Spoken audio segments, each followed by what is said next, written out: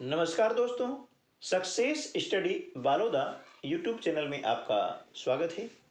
आज के इस वीडियो में हम लर्निंग आउटकम्स आधारित लर्निंग गैप सामग्री यानी ब्रिज कोर्स, जिसे हम N-1 सामग्री के नाम से भी जानते हैं, इसके अंतर्गत कक्षा 8 विषय सामाजिक विज्ञान के अंतर्गत 9वां जो चैप्टर है स्थानीय सरकार और राज्य सरकार के बारे में संक्षिप्त जानकारी प्राप्त करते हुए इसके अभ्यास प्रश्नों को हल करने का हम प्रयास करते हैं। तो चलिए शुरू करते हैं हम आज का वीडियो।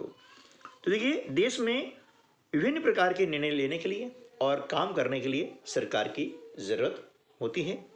ये निर्णय या कार्य अनेक विषयों से संबंधित होते हैं, जैसे सड़कें बनवाना, स्कूल, अस्पताल, है ना, जरूरी वस्तु की आपूर्ति करना, डाक, रेल सेवाएं आदि सब कार्य कौन करती है?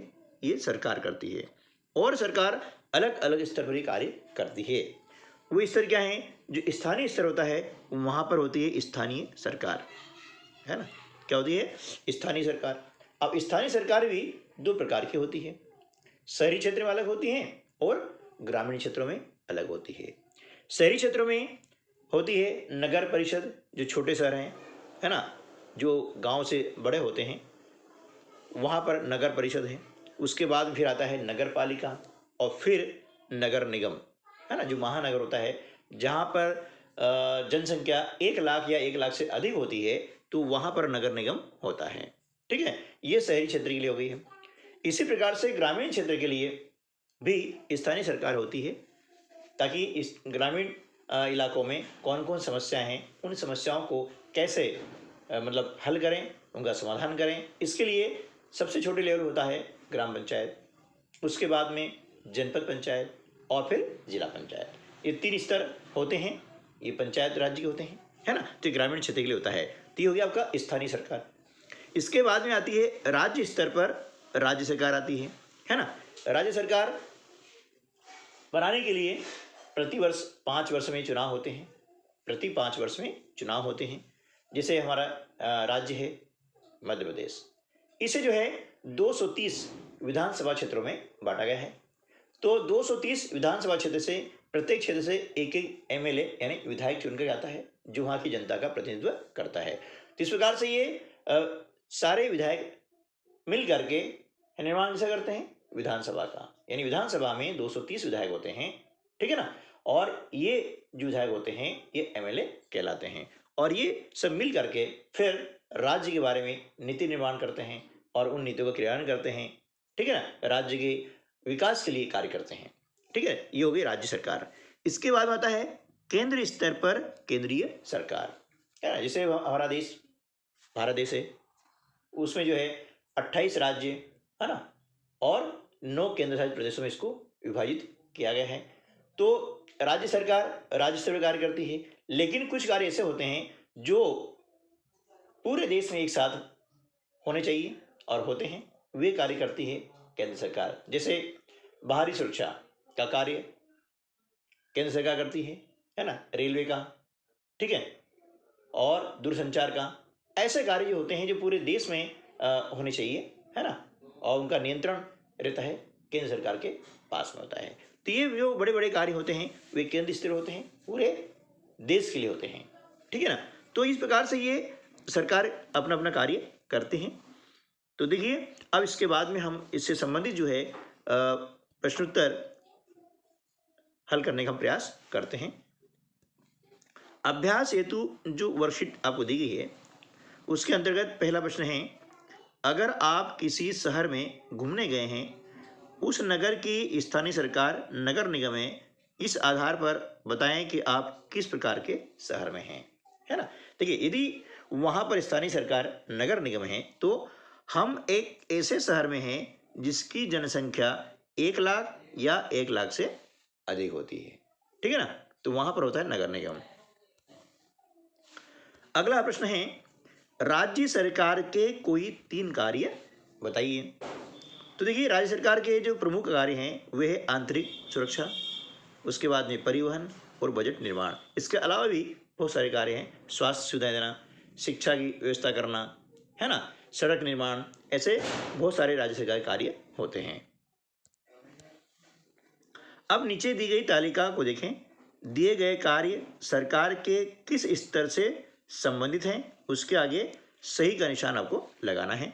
जैसे गंदे पानी की निकासी व्यवस्था करना, ये किसका काम है? ये स्थानीय सरकार का काम है ना। निधि आवंटन करना, ये कार्य किसका है? राज्य सरकार का है। आंतरिक सुरक्षा व्यवस्था करना भी राज्य सरकार का कार्य है। और स्थानीय स्तर पर जन्म मृत्यु संबंधी आंकड़े रखना, यह स्थानीय सरकार का कार्य है। ठीक है, चलिए। विधानसभा गठन के संबंध में प्रक्रिया के सही क्रम को लिखिए। अब यहाँ पर जो प्रक्रिया दी गई है उसका क्रम सही नहीं है, उससे आपको क्या करना है? सही क्रम में लिखना है। यहाँ दिया गया है मतगणना, नाम वापस लेना, नामांकन फॉर्म भरना, मतदान, चुनाव तिथियों की अधिसूचना जारी करना और परिणामों की घोषणा करना। तो देखिए, इसमें जब चुनाव प्रक्रिया होती ना, तो सबसे पहले क्या होता है कि चुनाव आयोग है ना, चुनाव तिथियों की अधिसूचना जारी करता है। ये कौन करता है? ये चुनाव आयोग करता है। ठीक है ना, कौन करेगा? चुनाव आयोग। फिर उसके बाद में क्या होता है कि नामांकन फॉर्म भरे जाते हैं। फिर नामांकन वापस लेने का एक दिन होता है, उस दिन तक आप नामांकन अपना नाम वापस ले सकते हैं।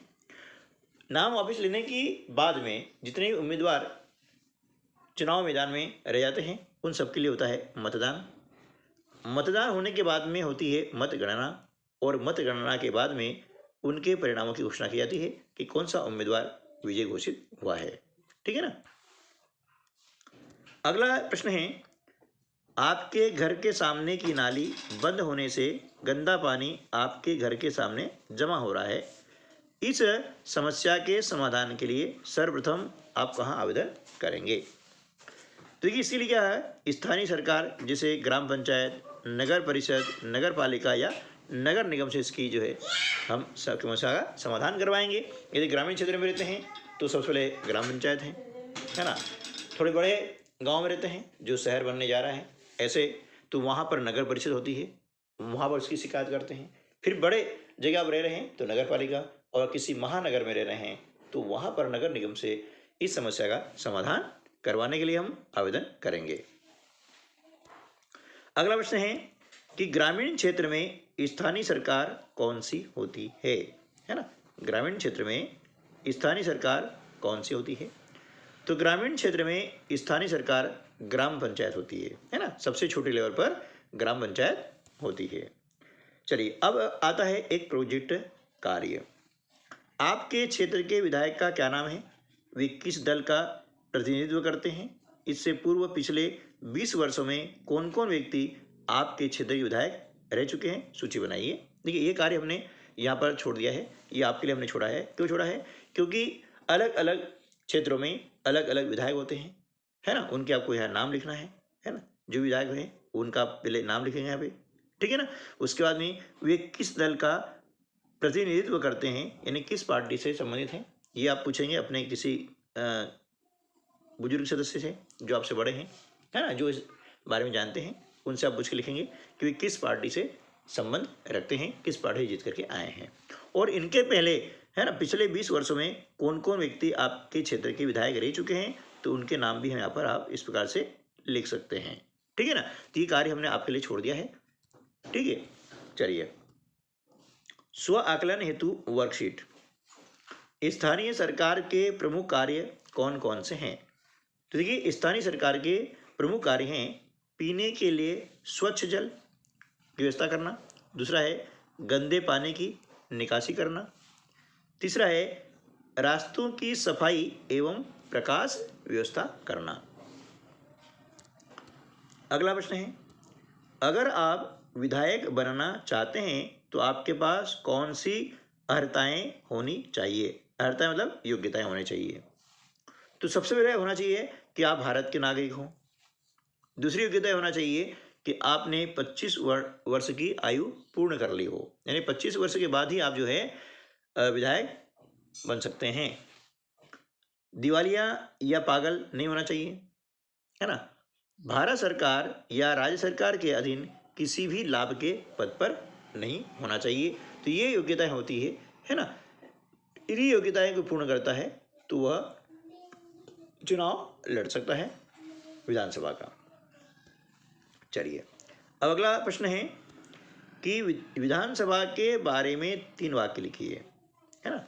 विधानसभा के बारे में 3 वाक्य लिखिए, ठीक है ना। तो विधानसभा का कार्यकाल 5 वर्ष का होता है, ठीक है। विधानसभा का कार्यकाल 5 वर्ष का होता है। इसके सदस्यों को विधायक या MLA कहा जाता है। MLA क्या बोलेंगे हम? MLA है ना, MLA कहा जाता है। मध्य प्रदेश में 230 जो है विधानसभा क्षेत्र हैं। कितने क्षेत्र हैं? 230, ठीक है ना। विधायक या MLA किसे कहा जाता है ना। विधायक या MLA किसे कहा जाता है? तो विधानसभा के सदस्य को विधायक या MLA कहा जाता है, ठीक है ना, जो कि एक निश्चित क्षेत्र की, यानी जिस क्षेत्र से चुन के गए हैं उस क्षेत्र की जनता का प्रतिनिधित्व करते हैं। ठीक है दोस्तों, तो आज की वीडियो में बस इतना ही। मिलते हैं अगली वीडियो में, तब तक के लिए नमस्कार, जय हिंद।